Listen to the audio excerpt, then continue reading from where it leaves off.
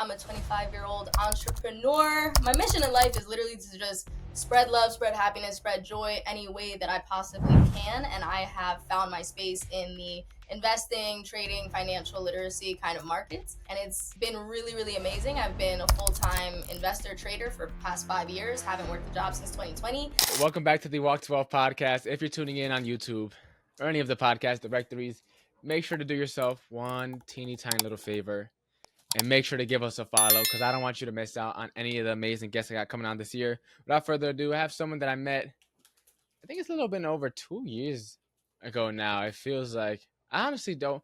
I met her because I knew a guy named Connor and we met at a hotel to talk about trading. Crazy. And then we ended up getting introduced to me, and I just so happened to know her mom. I was caddying with her brother. I know her older sister. And so I met her whole family, and then I finally met Shania. So Shania, for anyone who hasn't had the opportunity to get to know you, to get to meet you yet, tell us your quick elevator pitch. Who is Shania Jay? Oh, I'm so excited. That is crazy because you literally met my entire family before me, which is like wild, but I guess that's why you feel like family already. A little bit about me. My name is Shania Jay. I'm a 25-year-old entrepreneur. My mission in life is literally to just spread love, spread happiness, spread joy any way that I possibly can. And I have found my space in the investing, trading, financial literacy kind of markets. And it's been really, really amazing. I've been a full-time investor trader for the past 5 years. Haven't worked a job since 2020. And I spend my time traveling the world, meeting new people, doing things like this with people I love. And yeah, I'm just all about good energy and spreading that. All right, so now take us back in the time machine, long before trading, long before you got into what you're doing now. What was little Shania like growing up? Like, what were you doing as a kid? Were you always this entrepreneurial spirit? Like, how did this come about when you were young? The little bean Shania was super shy and scared of the world. Okay, so when I was very, very young, up until middle school, actually, I was very, to myself. I was not, an out there person, which is, crazy, because if you know me now, I'm a person that I'll talk to a wall, and I'll make friends with the wall, and be like, yo, this is my friend right here. I love humans, and I love talking to people, and, I'm a little yapper. But when I was little, you could not pay me to, go up to, an auntie or an uncle at a family function and be like, hi. I was super, super shy. And then what changed, I think, for me is that right before I went into high school, actually, I accidentally went to my first ever personal development conference. So I didn't even know that it was personal development at the time. I didn't even know, what the real purpose was. Basically, my sister, she was able to get an internship for me to go to this entrepreneurial type of camp out in Florida. And I was just about to go into high school, so I was like, okay, this is something that I could really do. I started to work up some money. I tried to get into a little dog walking business. I super unsuccessful, but my mind was okay, how can I raise some funds? And then I ended up receiving a scholarship to go to this camp that happened in Florida, and it actually happened at Disney World. And it was exactly what you would imagine a little kid's dream to be. And they were just pouring into us positivity and thinking about your future and goal setting and stuff like that. And I didn't even know at the time what any of that was. So I didn't really realize that it was personal development until later in my life when I did step into the actual entrepreneurship and business lane. Then I started to connect the dots and be oh, that's, how I unlocked this kind of new version of myself. Because after that happened, I went into high school and I was a completely different person. Talk to everybody, friends with everybody. I was never a clique girl, so I was always in every kind of crew, and I like that about myself, that I knew I could get along with anybody. And so that's kind of how little Shania evolved into this Shania, where it's I just love everybody across the planet. Yeah. So let me ask you, so around middle school time, you said you were super antisocial, super, self-contained, reserved, and then you kind of broke out of your shell. And around that time, you're looking for ways to raise money to go to the camp. Crazy, now, right? In middle school, I was playing Call of Duty every day and playing football and basketball when I wasn't. So it was either video games and sports. I had a couple boys that would flip sneakers here and there, and they would make money and stuff like that. But I never had that desire to make money. I was never thinking about how can I get a couple bucks? It never just came to mind for me. So where do you think that kind of stemmed from for you? Where did that desire to figure out a way to make some money come from? Yeah, well, I started like my first ever job that I had was like when I was like 14, 15 years old. And it was literally like me working for like this lady down the street that like my mom knew through her office. And I would just show up and like do yard work and like housework and like file, like anything that this lady could imagine, she would give me the task. And like she was super sweet, but it was also like I remember being like, yo, this is crazy that it's like summertime and I'm showing up at this lady's house every day at 8 a.m. and I'm putting in pain, and all my friends are like out here at the beach. That was like the first time that like I understood that I valued a job and working and like creating money, like creating income for myself, because I was like, why am I like in this lady's house right now when I don't have to be? Because I didn't have to be. But I think for me, one of the things is that I realized very, very early in life is that I didn't want to be taking money from my parents. That was kind of like the biggest thing that I think like pushed me to like start to like do things for myself. When I started like at the dog walking thing, you know, and I started to get into like that mindset, that was really more out of necessity because I was like, I don't know how I'm going to be able to afford to go to this like camp that's going on in Florida, and I don't want to ask my parents for money. So I got to like do something that's going to be able to like get me, you know, get me some type of income. And at the time, I still love dogs. Like, I absolutely love dogs. And the idea kind of ran through my brain, and I was like, okay, I'm going to do this. I'm going to make flyers and I'm going to put them out everywhere. And like, again, wasn't super successful, but like I had the like mindset of just like I can't ask my parents for this money, so I gotta get this money Yeah. somehow. So like I think like for me it was just like the desire that I wanted to be independent, and I wanted to know that like I did that thing for myself and I brought myself to that place because of the work that I put in. So I don't know if I could really tell you like a pinpoint time where I was like, I don't want to take money from my parents, but like I grew up. This is like not even to go down this path completely, like turning here, but like I'm the only person in my family that was born in the United States. So like I grew up watching the fact that like my family really had like so many other obstacles in their way to just like live a decent life. And so for me, being that I was born here, I was like, you know what, like I don't need to be asking any, like I already have the gift of like me being a US citizen and me being like, and I wasn't thinking about it so deeply at this time, but when I was young, I knew that like I needed to like do it myself kind of thing. Like I needed to figure out ways. So that that kind of all played a part, I guess, into like why my mindset was like be independent and like do your thing because you can, you know? Yeah, no, 100%. I feel like a lot of these things aren't like, I feel like for most people there isn't like one set point. It's usually like a couple of points or just over a gradual Yeah, period of time. Like you kind of comes to the realization that for hey, maybe sure. I should go about certain things a certain way.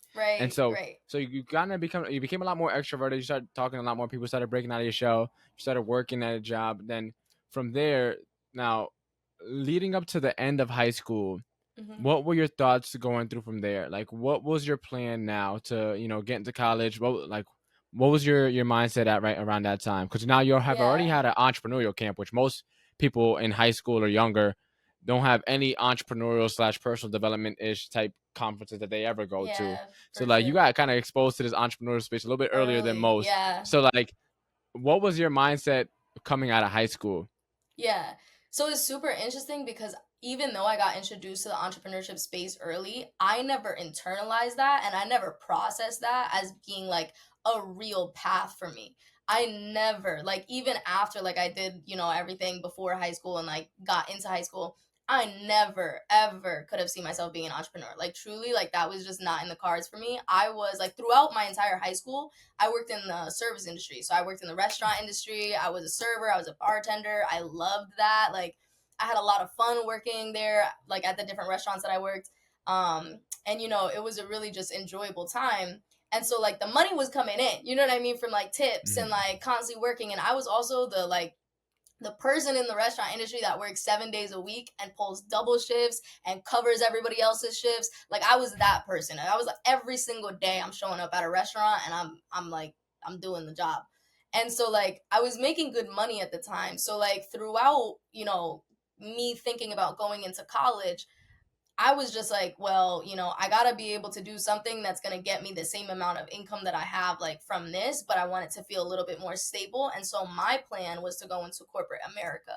And so like I started applying to different universities, and what was really like, this is actually kind of sad, but like I applied, John, to all of these different schools, all these different universities down south. Like I think I'm going to Florida, Georgia. Like so I went on like a college tour and like toured all these campuses. And then like I only applied to 2 schools in Connecticut because I was just convinced that I was not going to stay in Connecticut to go to college. And what's crazy is that I got accepted to every single college that I applied to. Every school that I applied to, like I was that nerd in high school as well. I was a Dean's List kid. I was doing everything to make sure that my college resume was 10 out of 10, you know? Like, Yeah. again, like, okay, you're born in the US, you got to take advantage of this, do your thing. So I was applying to all these schools with like the understanding that like I'm going somewhere different, out of state, far away. Dude, like as soon as I finished all the application processes, I paid all the application fees, I got accepted everywhere. My parents kind of sat down with me and they were like, listen, Shania, like realistically, like you're gonna have to stay in state because we just can't afford to, send you to a school out of state. And I understood that, but I was also super sad about it. Like I was super disappointed. I was super like just upset because I knew that I had what it took to go to like, a higher end school or, something like that, which now I guess both of us kind of understand that college isn't even a make or break in Yeah. terms of a person. Like, but at the time I was like, no, I need the name. Like I need it to be like, people need to know she's here. And like some of the schools that I did get accepted to were pretty prestigious. So like for me, I was like, dang, like I'm about to go to a state school over something that, has a brand name associated with it. And that like kind of upset me. And so I ended up going to a college state school, Southern Connecticut State, shout out them, because, even though I was upset going into it, I was like, I'm going to just have as the best mentality that I can. And I remember like talking to my parents like the first like kind of week that I was in college, and I was like, I am still super sad, but like I'm just going to make the most that I can out of this, because what am I going to do now? I'm here. Yeah. And it's crazy because that school is literally what ended up introducing me to the people that connected me into the entrepreneurship game for real, like for the real time. And so like Yeah. I think about it now, like if I never even went to that state school, I probably never even would have met the people that like opened up my mind to entrepreneurship. And so like everything's full circle, and I'm just like I'm very grateful that that happened that way. But me going into college, I was literally like, I'm gonna put my head down, I'm gonna go into corporate America, that's gonna be my plan. Entrepreneurship was not even in the cards. Like truly, like it didn't cross my mind at all. So Yeah. that was So me going into it. yeah, I have a similar kind of story. So I took my first entrepreneurial type class thing was my sophomore year. I think I was in entrepreneurship over at West Hill, and that Yes, was I took my that first. class too. Matter You of did? fact, I did. So who was And your teacher? even in that class, Mr. Tambellini. Yeah. Yep. Even in that class, like I joined that class because my friends were in that class. I wasn't in that class because like I saw entrepreneurship as like my thing. Like truly, like they were just like, this is a good class to take. So I was like, all right. So Yeah. One I thing was I'll give credit for that class for, because I honestly I only remember the Friday Shark Tank episodes, but that planted the seed. The seed was facts, planted, and this facts. didn't get watered until long after. But that definitely planted a seed. And so, like for me, so my grandparents raised me right, and so Mhm. I knew they were gonna have the money to go to college. So I Mhm. applied. I applied for 15 because I also had free lunch, so I could apply to colleges for free. I didn't have to pay the college Period. fee. So I You was were that applying to cool school left kid and that was right. like, yeah, give me that tray. Yeah, yep. And so I ended up applying to 15. The school that I really wanted to get into at the time was Howard. Got Mm, denied from them, and I got denied from UMass Amherst, which I didn't really care too much about. I just kind of yeah. applied, but it was a little annoying getting like, why you deny me, bro? Yeah, like, But who are you to anyways, deny me? yeah, my junior year, one of my boys at the time, he was on the football team as a senior. We had pre-calc together, and we Mhm. went to the computer lab for whatever reason, and he was doing his college app essay. And so I was like, "Oh, bro, like what's that? What you working on?" Because he's not doing the Yeah. same stuff that we were doing. He's like, Right. "This is stuff for college. You're gonna need this." So by the Mhm. end of my junior year, I had already finished my Common App essay and had finished my Common Application, like all the questions and stuff like that they had filled.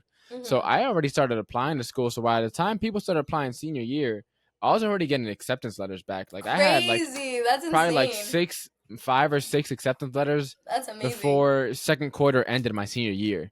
Like and for so similar situation to you, I got into a bunch 100%. of schools. and I applied to UConn. UConn was the only state school I applied to because I was like convinced, like I'm not going to no state school. You know, I'm Crazy. gonna go. At the time, it was Howard, and they denied me. I'm like, all right, I'm gonna go to Pace because I wanted to get into business. Pace is Mhm. literally like downtown Manhattan. Like you Yep, that was can't one of get the places closer. I applied to. You can't get no closer to like the capital of business than like Mhm. downtown Manhattan. And then the financial aid wasn't hitting the way I needed it to. Not at all. Not at And all. so I was like, man, I guess UConn is the choice. But I'm glad because out of all the Yeah. state schools, I actually enjoyed UConn. Like I did my Yeah. college tour there, and I was like, man, I could see myself walking those, like, walking the campus and Right. making my mark there.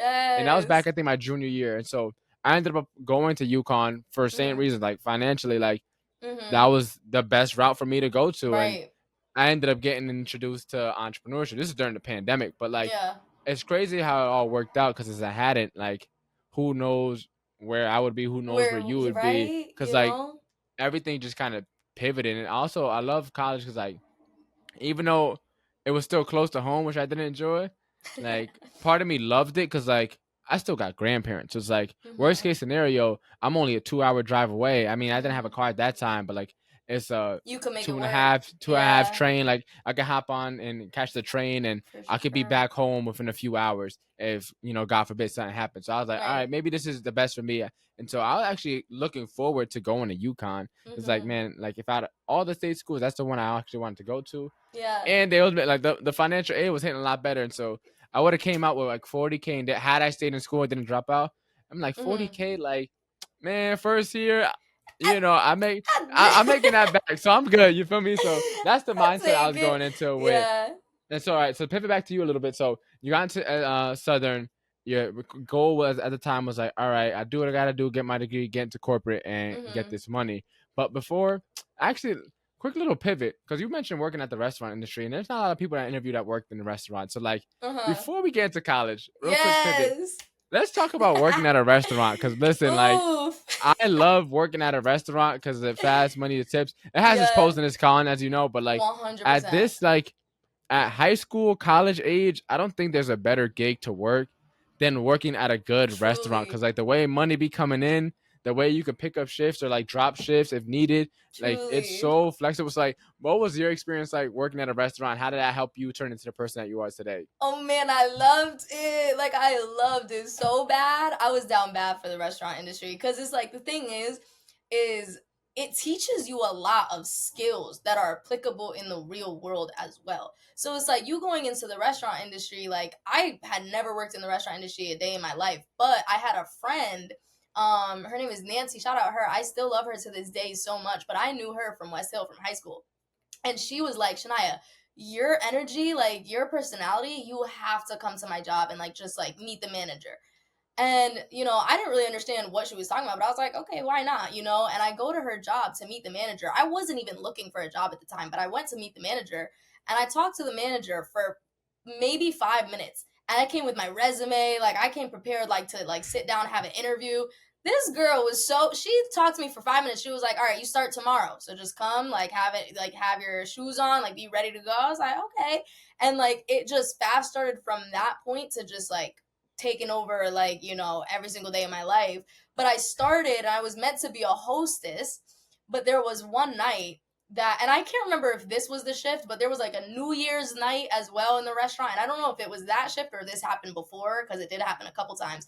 But there was one night that they were just short staffed on like the waiters, the servers, and so they took me off the hostess stand, put me to serve with no training, with no experience, with no nothing. Like, and I didn't know what was going on.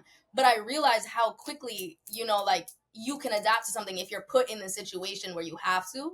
And so, it taught me a lot about like how to talk to people, how to manage my time, how to have a bunch of things like that I'm thinking about in my head and like knowing the order of prioritization. You know what I'm saying? Like people kind of don't really think about that. But if you're a server or if you're in the restaurant industry, like it's not an easy job. You know what I mean? Like it is Mm. high tension, high pressure, high stress. And a lot of the situations that you're going to deal with, you have to be able to problem solve in that moment. You know what I mean? Like, and sometimes people are going to hit you with like negative attitudes, negative energies. You got to be able to like manage that without losing control of yourself and then still managing a whole section or a whole table or whatever. So, like that taught me a lot and I'm super, super grateful for it. And then, me ending up, doing really well as a server, I kind of progress to being a bartender. And then I was a rooftop bartender at that. So you already know. I was like, my people, where you at? Like, come through. Like, if I had known you at that time, I'd have been like, John, pull up, pull up. My shift starts at 7. Like it was so much fun. So like it kind of outweighed the like amount of work that we had to do. But I also remember like the days where I would just be super super super exhausted and I didn't want to go in, but there's nothing that you could do because like you're on the schedule, you have a shift, and they don't care if something just happened in your life. They don't care if you only slept 1 hour. Like they don't care. So it's like I remember also at the same time being like, I've worked every single day for the past 2 months, every single day. And even though I'm enjoying it, I'm having like, a good time like serving and making money, it's still like that cuts into your mental health. You know what I'm saying? And like Mhm. your peace as a human being. And sometimes it happens so quickly that you don't even realize because you just fall into it. So like there was like a love-hate relationship because like I would break my back like literally for like the restaurant, but also knew at the same time like this is not what I want to be doing for the rest of my life. You know what I'm saying? Like that was always an underlying thing for me. So I think it was awesome while it was awesome, but I also knew this is not your life path. And for some people it is, you know what I mean? You meet servers that like they're 50, 60 years old and they love what they do. But I just knew like I needed to eventually get out of here at one point in my life.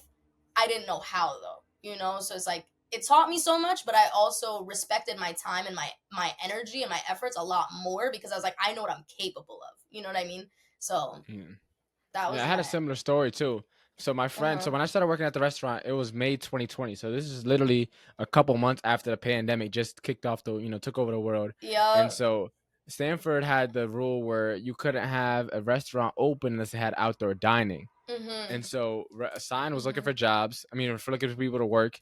And that's also when unemployment money was hitting. So a lot of people were making more off unemployment than they were making with Right. their jobs. And so a Right. lot of people didn't want to go back into work, especially with the whole uncertainty and some Why people would whose health. you? But like for me, I was young. I'm like, man, I'm invincible. I'm bulletproof. I'm not gonna get sick or whatever. So I'm like, I need to find a job. My friend M hooked me up, and I ended up same thing. I came in. I had my little button down and my little You ready. cashmere suit because I didn't Ready. have a suit at the time. And I think I did have a suit, but I was not pulling into a restaurant with a suit. So What I had is my little like a cashmere like kind of like jacket whatever, and my looking little sharp? dress pants. Yeah, and then I came in and I walk in. I remember manager dapped me up. I'm like, I was not expecting that. I was, I expected to give a firm handshake. Hi, What nice to up, meet you. bro? My name is John. Man, dapped me up. I'm like, oh, okay. We talked for 5 minutes, and I think it was like a Monday. It was like, yeah, are you free Wednesday? I was like, Mhm. yeah. What time? He's like 4 p.m. I'm like, okay. I come in. It was like, hey, this is where we keep the liquor. This is the cooler. This is the Yeah. dry storage. Here's your shirt. Boom, get to work. And Sign has 2 floors. So like we were running, and at the time we were one of the only restaurants open in Stanford because you Yeah. got the rooftop. The rooftop's technically considered outdoor dining. Mhm. So we were super packed like Mhm. every day, and I was just running, running, running. And after a while, like you kind of get used to it. There's a lot of shifts where like someone had to couldn't come into work, and so there was time where like I had to bus and bar back at the same time. And so Doing I'll be all of like it. manning a whole floor, or I have to bus by myself 2 floors. So I'll be running up and down the stairs. And so, Right. man, back to what you were saying, like all those points are so I true. Like you get have to it. I get prioritize. You have it. to be able to think on the fly. You have to be able to be Yeah. put in a situation that you may not even be prepared for, like, and figure it out in the moment and just Yeah. be able to go with it. And Go. it's just like, Yeah. man, Yeah. working in a restaurant, but similar to you, like, there's also that love hate relationship where it's like, I knew I wanted to start a business. That's what I see Yeah. myself Mhm. doing. And so for me, it was hard to leave because like one, of course the money was good. Two, it's like the flexibility in the schedule was Mhm. like something that you can't get anywhere else. And Mhm. then three, it's what you're in for. Like you go in, you do your Right. thing, you get out, and like Yep. boom. And And that's then that. tips Yeah. usually came in same days most of the time. So like Right. so boom, so you're getting paid same day. And then that was like something that I really loved about it. But then it's like I got to the point where it's like for me, it was just like each day that I'm clocking in is another day that my business hasn't taken off. Because if my business had Mm. taken off, I'd be going all in my business. So it kind of Mhm. started chipping away at my ego a little bit, which had nothing to do with the restaurant, but like more so with Mhm. just myself. It's just like Mhm. another day I'm clocking in, another weekend that I'm working. It's because Mhm. my business has yet to take off. My business has yet to make Mhm. money. Because if it did, I wouldn't be there. And so Right. like that after a while, that kind of took a toll on me. And then once I finally had a successful launch, then I would just say, you know what, now's the time. And but it was Mhm. kind of hard to let go of it because like part of me didn't really want to like pull away from Right. the stability. Like I even get though that. my Yeah. whole body, my whole everything wanted to be a business Mhm. owner, entrepreneur, a part of me was also like, damn, like, but if you leave, John, you're You on don't your have own. this stability. Yeah, it's kind of like And a so, comfort zone in a way, where it's no, like you know that 100%. you could show up and just do your thing and get in and get out. And it's like anything else means that you are betting on yourself. So like I understand that actually completely. For So me, the only reason I yeah. stopped was because COVID happened. That was the only reason Um that I stopped. Yeah, because it's like 2020 happened and everything got shut down. And like after COVID, I just never went back to work. Like my managers texted me like after the pandemic was like loosening up for like shifts for like how you said on the patio, and I was just like, yeah. I'm done. Like I'm just not gonna come back. Like that's when I started to like take my footsteps into the trading world, and I was like, yeah, that's Yeah. it. So I So get that's a you. perfect segue. Let's talk about it. So like, well, how did this idea of trading get introduced to you? Because like, there was such like a around that time like such a negative stigma around like trading and stuff like Yeah. that with everyone, and like there's a lot of people who were just like in the business of network marketing and not Yep. actually helping people trade, and Mhm. that kind of gave a lot of people a bad taste. So like, Mhm. clear it up for us. Like, what Yeah. was that like for you when getting into this whole like space of like financial literacy, trading, Right. investing, all that stuff? Right. Well, yeah, you're 100% right. Like that negativity that clouded it was 100% there. And you know what? I think that it's still there. Like I don't think that that negativity and that like stigma ever really left. I think that now people are just a little bit better at reading who's actually being truthful and who is not. But like the overall like negativity that surrounds like the Forex space. Like I thought they were a club. Like I really thought like them Forex people like because at that time it was pretty like it was a thing like oh I'm a Forex trader. You know what I mean? Like I heard all those people talking like that and I was like yeah that's a cult. Like I was like that is like that's a secret society. Like I don't want no parts, nothing to do with it. Like I was so not even like in the headspace that I would even be networking with other people that were in the Forex industry. But the way that it kind of happened was I had a really good friend and I met him in college. He's somebody that I actually met like my first year of college and we just like became friends and stayed friends throughout like the entirety of like the college, experience until he ended up dropping out. And so he was this friend, like he was, football team athlete. Like we would see each other at parties, we would go out together. We lived in the same dorm on campus. So like he was definitely one of those familiar faces. And over the years, we kind of just got closer. And he was always thinking 10 steps ahead of everybody. Like, those people that they're always playing like chess, not checkers. Like, they always are just like, they're thinking bigger. They have the hustle mentality. Like, they just see things for what it is, instead of just like, I'm here in college and like my goal is to get the best grades. Like, that's how I was thinking. I was literally like, I gotta be the perfect student. Like, woo, like I'm in every club. Like, I'm gonna be the president of this club. Like, that's how I was thinking. And he at one point like told me, he like talked to me, he was just like, Shania, like you're doing so many things. Because I was involved in a bunch of things on campus. I was working multiple jobs. I had 3 jobs at the time that I was like in college. Like all obviously not like they were all part-time, but still like I was like spreading my energy very thin. And that's while going to school and everything. And he told me like he was like you need to be like looking into like doing something for yourself. And even to this day, like I'm still very like connected to him. To this day, he still like will push me to like do your own thing, step out on your own, like really like embrace the entrepreneurship kind of like life. And he was the first person that ever introduced me to anything about trading. And so I had seen what he was doing. He had kind of shown me on his phone, like, when you have your friends and they're like, yeah, look, and they show you like, and there's like blue numbers on the screen and like, you don't know what that means, but like, you're like, oh, you making money? And like, okay, Yeah. like, I see that that's like, that something's happening there, but I just didn't see it for me. So he was like, look, I'm in this trading like space. This is what I'm doing. He didn't really go too much into details with it, but he was just like, you just need to check it out. That's it. And I literally did not check it out. I gave him the runaround for like such a long time. I was like, eventually I'll get started. It's like a membership fee that you have to pay to be a part of the group, right? So in my head, I'm like, yeah, like that's probably not gonna be for me. Like it, like truly, like I know my lane is corporate. Like I know like what I'm doing right now in my life. I'm still bartending and serving on the side, so I'm like, like I'm chilling off trading. And what ended up happening is that he dropped out of our school and he moved to Miami and he bought a penthouse in Miami. And I saw him do that. So like I literally went from like chilling with this dude in the dorm rooms, like you know what I'm saying, like just talking about nonsense, like nothing relevant, to him living in a penthouse in Miami.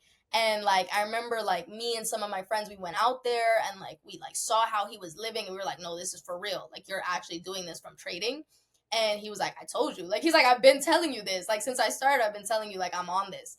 And I didn't understand anything at the time that he was like talking about, but I decided to start. And so I enrolled with him. And one of the biggest things that I realized in the business world is it's one thing to, start, meaning you pay the fee, but it's a completely different thing to actually like want to take yourself into the journey and start the learning process for yourself.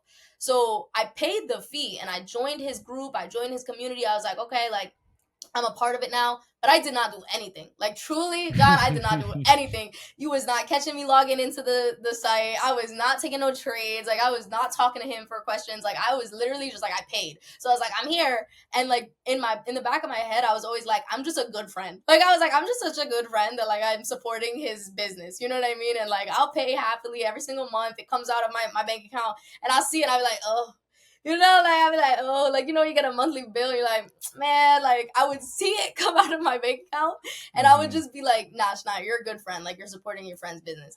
And it wasn't until COVID, obviously, like how I just kind of mentioned, everything shut down, all the bars, restaurants were closed, everything was like moving to this online space. That I was like, okay, here I am in an online community where I can make money online through learning how to trade, and all I have to do is focus. You know what I mean? All I have to do is lock in with it. And then that's what actually turned it up for me. And that's when I started to actually make money. That's when I started taking my first trades. And that's when I started to see the potential there.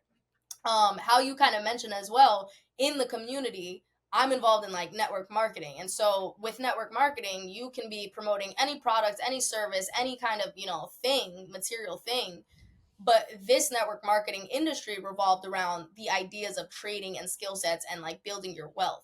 So it was very interesting because I started to see how many people like they would go on the network marketing route of just like, let's sign up people, let's get members enrolled, let's recruit, you know what I'm saying? And there's nothing wrong with recruiting because at the end of the day, sales is one of the highest paid skill sets in the world.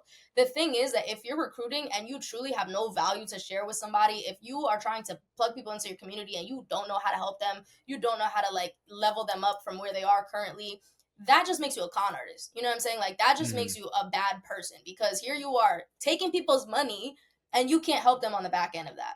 And so it wasn't until I started to really understand the game of network marketing that I was like, okay, I'm not even going to step foot into talking to anybody about this until I feel confident in what it is that I'm doing and I know I can help people. So even when I was starting to trade and everything and starting to learn about investing, I was quiet. Nobody knew. I was still like working my little jobs, like little side kind of things on like just here and there. But I didn't tell anybody. I didn't tell my family I started this. I didn't tell my best friends I started this. Like eventually they kind of like figured it out, and that's like a whole different topic. But like in the beginning, I was just like, I'm keeping this to myself because I want to know that like I'm a part of something that's real. And so, when it comes to like the negative stigma around the network marketing space, I don't think it's wrong that people do have a negative connotation with it. I just wish that more people understood that that's not the business model itself. It's just bad people that are involved in the space. And that just comes down to discernment and knowing who you can actually work with and trust. So yeah, that's kind of how I got involved in it. Didn't really see it as, I didn't take it serious for so long, for years of my life, until I really made the decision that like I want to learn the skills behind trading. And now it's, something that trading is going to be a part of my life for the rest of my life, so that's like something I can stand on. So it's crazy how it happened though, but that was more or less the intro of it. Yeah, that's it's around that time. So I had a similar like experience. So my boy that I actually roomed with in college actually got into forex. I Mm, forget what the company, something academy, right? mm-hmm. Um, and he ended up getting in that thing. And then I had another friend who was in our friend group as well. So two people in my close circle We're both part of it. were part of it as well. So like it was always there. And what they started talking about, like as I got into entrepreneurship, like which wasn't until like a while later, like looking back at what they said and how they used to speak, it's like it makes sense. Like there's a reason why I resonated with it. I just didn't like the trading aspect. Like I don't know. Well, Yeah, I it's tried to not get for into it, and everybody. it's like, It's man, really it it's started talking. difficult. Yeah, they started talking about like Greeks and stuff like that, and I'm like, man, I do not have the Man, time for this. listen. I was just like, they said, I'm like, all right, option trade. You got to call, you got to put, you got to, option, and all right, I'm like, all right, I'm getting this, and then they Okay. got into Greeks, and I'm like, yeah, I'm not, I'm finding something else. I'm finding something. And speaking about finding something else, let me ask you, because as I said, I met your parent, your Yeah. mom and your older sister long before I ever met you. So it's Mhm. like they're both in real estate. Was that Mhm. ever in the back of your mind at all? Like, hey, maybe let me get into the 100%. real estate space. One Really? hundred percent. Yeah, and Did even you to ever this like get day. your license or start your classes at all? No, I Like, didn't. So every single person in my family has their license, my father included. None of like the only people that practice it are my sister and my mom. More so my mom. She's like yeah, she's been in Sheba the got real his estate license. game. He got it at one point. Like I'm Really? pretty sure. I'm pretty sure. But the thing is that it's like got it and then using it completely different things. You know what I'm saying? Like Yeah, so I'm pretty sure that my mom just forced him to take the test. Like that's really like the reality of it. Like my mom was like, "You better take this goddamn test." But yeah, like I still to this day like I know that at some capacity real estate will be in my life. I just didn't ever want to be an agent simply because of the mm, fact that I saw the stress that my mom would go through. Now, I would never write it off. You know what I'm saying? Anything is possible in this life. I truly believe that. Like, I'm so grateful for trading and network marketing because it gave me my starts in entrepreneurship. And I will forever be thankful to both of those industries that are completely separate. But like, I love them and I've learned so much from them.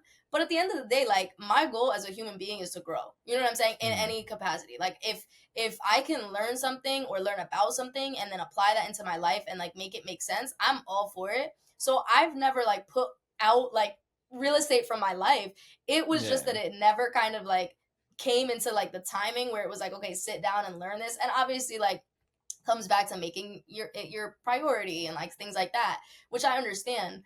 But like I couldn't see like I would see my mom just like stress with people all day every day and like talk to people that like didn't treat her right and like just like arguments and like toxicity. And I was like you can find that in any business model, but I think that for me somewhere along the line like it kind of programmed in my subconscious like maybe you want to be an investor of real estate, maybe you want to be, you know what I mean, like maybe there's a different part for you to play in the real estate game that wouldn't be necessarily you being an agent. But again, like I'm sure that if I did ever like really look into it I might love it. So I don't know. Like I just never really crossed yeah, my like path of like, decision making. But I did think about it. That's a good question. My mom would yeah. tell you she wants me to be in real estate so bad. So bad. She does. I'm like, Mom, I'm gonna do it for you one day. I'm gonna get there. I'm gonna get there one One day. day, just not One anytime day. soon. One day Yeah, just I not will. now. I will. Nah, I'm not gonna lie. Like, I love real estate for what it was, like, because it got me to where I am. But Mm-hmm. like, yeah, I'm glad I tried it and wrote it off because like Yeah. I'm never going back. Best See, believe I I didn't am even never know that going. you wrote it off. I didn't Yeah, I am. even I've been but done with real estate for like 2 years now, almost. Like around September of like 2022, I was like, this was about exactly a year since I got my uh-huh. license. So once I hit that Wow. 1 year mark, it's funny. I read a book. It's called the author is named Brian something. He had him and his wife co-wrote Carruthers? it. Okay. Nah. It's him and Mm-hmm. his wife co-wrote it, and it's about finding your passion or something like that. Finding your purpose, Mm-hmm. and he talked about like how the definition of passion is a barely controllable emotion if you look in the dictionary, like Oxford Dictionary. Wow. And so when you replace the dictionary definition with a lot of the common sayings you hear, like, oh, follow your passions, pursue your passion, Yeah. monetize your passion, like monetize your barely controllable emotion, makes no sense, Makes right? no sense. No logical sense. So I'm like, all right. So my and then it starts talking Oh, about your purpose. And it started. I'm like, damn. Like, so I'm sitting there thinking about life. Like, right. maybe this real estate thing isn't. And then I had Ain't my a coaching call with someone. My coach, shout out to Mark. I had a coaching Mhm. call with him. My first call, I'm telling him all the things I'm doing. I'm like, I'm working at this restaurant. I got my real estate license. I'm doing open houses, doing all these things, cold calling, and then I got my podcast. I'm dropping weekly Yeah. episodes. I started teaching social media classes, and Yeah. I started I already taught a few class at that time. He's like, man, you're doing a whole lot, and how's that Mhm. going for you? And I'm just like, nothing's going well in any of them, right? And Mm. he made me realize that I was doing too many things, and that real estate wasn't gonna work out if I had Uh-huh. kept going on that path. And I was like, you're right. And Wow. I don't even want it to work out anymore. Like I was At so this fed up with real point, throw estate. it away. I was like, yeah, I'm done. So I ended up going all in on social media, which ended up Uh-huh. leading to AI and podcasting, Yeah, whatever. yeah, yeah. But yeah, at that time I was like, yeah, I wrote it off. I was like, yeah, real estate's done, and now it's behind me. License still active. I get to use the office and host my workshops There you go. in the office. So I There you I go. keep it for that, and in case I gotta Right. send out referral, like last was it this year? No, last year I sent out the referral to my boy Darren, and Mhm. he closed on that in like January or February this year. So I got a little referral check for that. So if That's awesome. anyone needs an agent, I'll gladly I refer got you. you. Yeah, But yeah, I yeah. got you. I know a lot of people in the industry. Right? I know Yeah, agents in you know every my city you could mama. think of. Exactly. And so I was just like, man, yeah, real estate, That's so yeah, it funny. wasn't for me. But all right, to come back a little bit. But it's So yeah, awesome you though that start. you also did it and like could work it out. You know what I mean? Not to like cut your thought, but like it's really No good that worries. you did that, you know? Like that's Yeah, I good for set my you. mind to something and like I run after it. Like Mhm. there's not much thought that goes really into me starting something. Like Oh, me and you are the eh, opposite right there in that one. really, yeah. No, I What? get I'd an be idea. overthinking everything. Real estate, it was like I paid, I ended up finding like a $500 wholesaling course, and I boom, I'm gonna get into wholesaling. Got my domain name, my logo, my LLC filed. I was ready Wow. to go.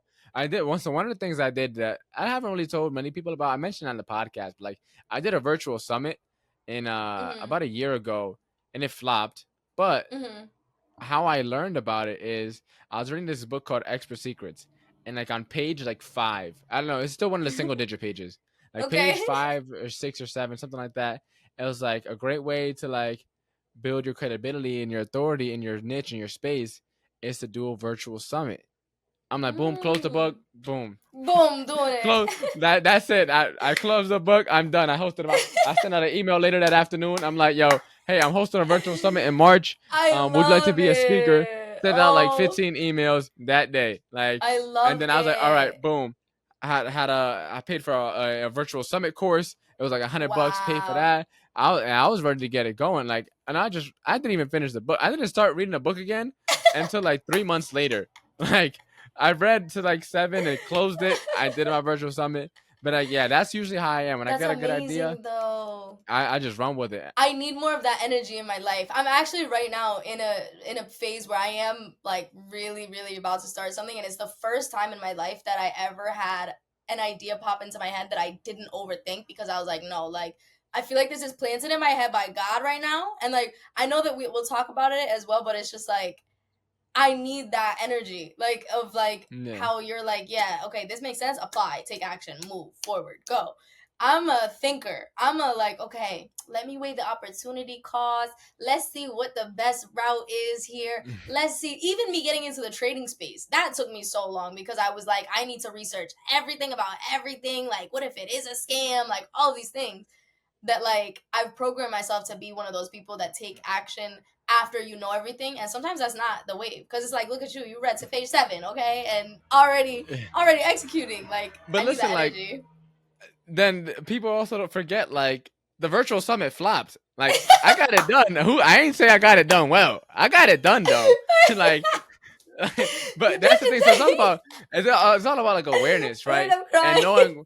knowing where you are on like the spectrum of like ready, fire, Right. aim, or ready, aim, fire. And like Yeah, yeah, I'm yeah. closer to ready, fire, aim, I'm the and you're other. closer to I'm ready, aim, ready, fire. ready. But like But that's sometimes not you a need a bad thing. mix. Yeah, Exactly. So that's why I say yeah. it's I awareness. understand Know you. where you are on the spectrum, and then surround yourself with people to complement you. So like if the world was full of thinkers, nothing would ever get done. But we would have the best plan Yeah. ever. And if the world is full of doers, everything will get done horribly, Everything's and it would just be absolute yeah. chaos because there would be no So structure, no well organization, no said. nothing. Yeah, yeah, yeah. So That's real yeah. as well. That's so real. I'm like, okay, yes, I need to appreciate the fact that I do be thinking, but then it's like, okay, I gotta think a little bit quicker here. Yeah, you gotta get Let's to go. it. Let's get to Opportunity is it. not gonna wait for you, so you gotta act now while it's still fresh in No, your head. okay, that's it. Yeah. That's it. That's it right now. That's it. That's And so, it. all right. So fast forward a little bit, right? So you ended up going all in on yourself, right? Hmm. And then from there, at what point did you start going like and actually like spreading the message about like what you had going on? Because I remember you had an event in Norwalk that I went Hmm. to that you and Dylan were like co-hosting Hmm. a while back. So I Yeah. think that may have been the first time I seen you. I don't know if I met you at that point already or if I forget. My timeline is all misconstrued, but Somewhere in somewhere around the that time. mix. So like, Yeah, yeah. yeah, at what point did you guys get into like really spreading the message and like you know becoming Yeah. bigger than just you? Right. So it was not for a little over like a year and a half that I was involved in the trading world that I actually felt confident enough to like get myself out there. Um Literally the first phase of my trading journey was just me studying. It was me sitting in front of my laptop. It was me writing down notes. Um the connection's all good, I hope. But I was so like I'm keeping this to myself. Cool. I see the thumbs. But I was like very headstrong in the sense of like I did not want to share anything with anybody if I did not feel 100% about it myself. And like that's what I'm saying too is like that's sometimes good, sometimes bad. You know what I'm saying? Because who knows? I could have started sharing the information like way sooner and been making money way sooner. But something that I realized about myself is it's not about the money for me, and I don't think it ever has been, and I don't think that it ever will. So in terms of like what my goal was when it came to like spreading the information, like actually sharing this with people, I became passionate about it when I started to see changes happen in my life. So when I started to really understand, like, wait, like I'm thinking differently, I'm making money differently. I remember there was a time that I took a trade, and the money that I made in that trade, it was probably like a 15-minute trade. But the money that I made in that 15 minutes, I would have spent the same like amount of energy, or not even the same amount of energy, way more energy at the bar, at the restaurant, and that it would have taken me like 3 hours, 3.5 hours of my time at the restaurant to make the same money that I made in 15 minutes. And I remember like that being a clicking point for me. That was like one of those things where I was just like, wait, this is different. Like that's not normal. There was another point where like I had a mentor that like I was talking to, and we were trying to plan a trip because there was a conference going on. And I remember asking him, I was like, hey, so I just want to make sure that I know the dates correctly, just because of the fact that like I need to know when I have to fly and then when I have to book my ticket to come back. And I remember like this conversation, it probably didn't even mean a thing to him. But he said to me, he was like, Shania, like, what are you talking about? Like, you need your round trip ticket. Like, you don't have a job back home. Like, there's nothing that's pulling you to be back home at a certain date. You can book your one way out here, and then we're gonna plan some things after, and then we'll get some stuff done, and then after you can get another one way ticket back home. But you have no location that's tying you, no job that's tying you to any one place. So what are you talking about? You need to know when you're gonna be back home. And for him, like, that was a super normal statement. But for me, I remember that also being like a point in my life where I was like, whoa, like that's different. You know what I'm saying? So I started to live differently, and I started to like think differently. And from that is what really like gave me the power to like share it with other people, because it's like since I started to like think about life differently, nothing in my world has been the same, and I just wanted to be able to share that with other people, to let them know that you don't have to live and operate the way that you've been told your entire life. And like we hear it all the time, like, oh, society tells us blah blah blah. But it's like, yeah, society does tell us that, and then we still stay stuck in that. You know what I mean? And like people know and understand, I think, that they don't have to be a slave to their 9 to 5. I think people now these days like understand that, but a lot of people don't understand how to remove themselves out of the cycle. You know what I'm saying? Or like how to get themselves away from the job. Because it's like how we were talking about the restaurant industry. When you're in it, bro, you're in it. You know what I mean? Like you're in that space of your life, and to do anything different feels risky and feels not worth it. So I started to really share it because I was like, you guys, you don't have to turn this into like a full-blown career, but like start trading on the side. You know what I'm saying? See if you like it. Cause how we said, like, not everybody likes trading. Some people started, they're there for 6 months. They're like, I hate this, I'm done. But at least you know what I mean, what's over here. Some people, they get into the trading world and they're like, I had no idea that the banks are already trading my money like this. I had no idea like the deep inner workings of trading and investing.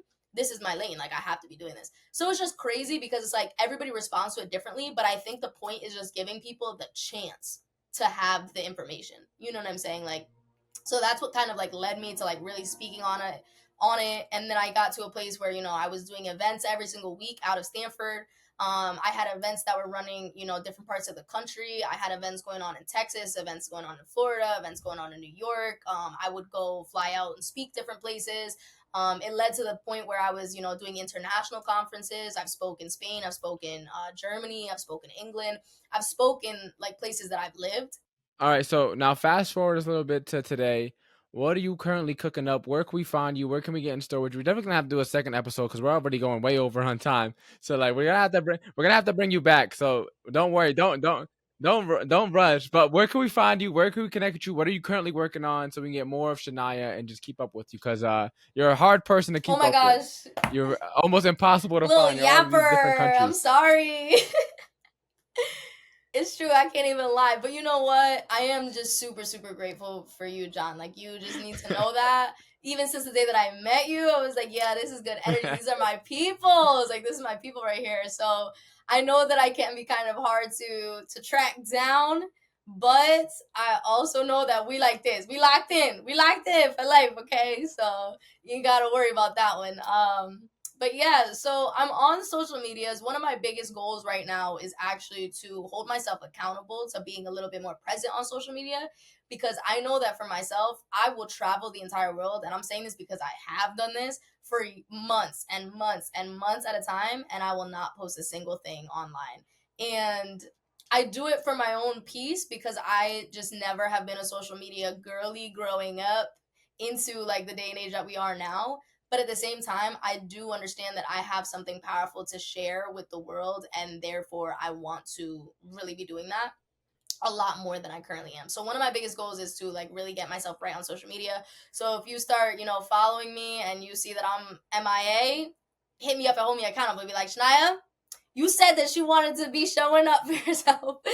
And that's that. But I'm on Instagram at Shania.J. I'm also on TikTok, Shania.io.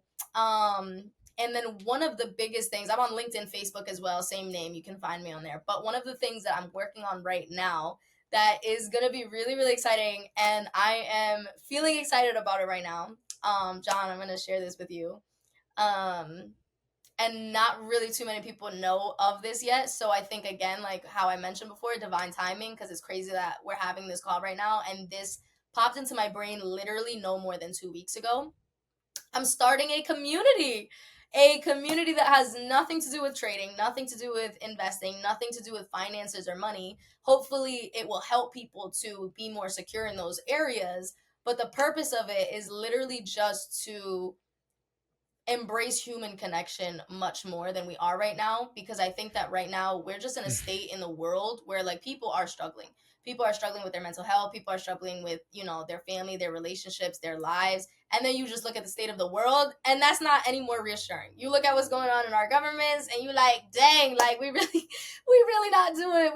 We going out with sad. Like I just feel like truly there's so much hate and negativity and chaos in the world, and I believe in my core very, very, very deeply that the answer is just people loving people more and spreading more of that goodness. So I'm very excited to announce that I am starting my own community, and it is going to be called Project Love. And I'm hoping to have it rolled out by next month. Next month is like what I'm kind of like setting for myself. And I would love for you, John, to be obviously part of the community. Everything's free. Everything is like, I just want people to like come together and just like be there for one another. You know what I mean? And show up for each other more than we are right now. And that's the only intention, is just to spread love. So I'm not planning to like monetize this in any way, at least for a while, until there's a real substantial, something there. But the goal is just for people to be people again. You know what I mean? And like love people again. So I know it might be a little cheesy and corny, but it's one of those things that it was planted in my head. And I told you, Don, like I overthink everything, and for some reason it just keeps coming back into my brain, and I'm like, it feels very clear. And I'm pretty spiritual as well, and I have like a strong faith. And in my mind, it's God that's like planted it in my brain and is telling me you just need to act on this. So I don't know how it's gonna That get is done. I exciting. have It's no something I clue could what probably I'm help you out doing. on if you need I'm a completely pointer or lost in the two. sauce, but So definitely the keep me vision is posted. there, and we're gonna run with that. But So that's what I'm working on right now, and that's what so people can expect from me in the future. So. yeah, don't do a virtual summit. It's a lot of work. Oh A yeah, whole lot of 100%, work. But 100%. I will. I now it's will. time for We're gonna do a little Phase virtual, 7 virtual summit. I promise you, you virtual can do summit. it. Okay. Doing it well is another story. But yeah, so now it's I'm time gonna for a read up to lightning round. page Famous 7. 5 questions, same 5 questions I ask every single guest. First question is, what is the most impactful lesson you've learned in life? Fair, that's fair. But what is the most admirable trait a person can have? Trust your gut. Your gut is always gonna tell you, the right path. Intuition versus listening to everybody around you. If you had to change someone's life but only had one book to recommend, which would it be? Honesty and just genuine morals. Somebody that has a code of ethics. That's a tough one right there. There's a few books that like immediately come into my mind.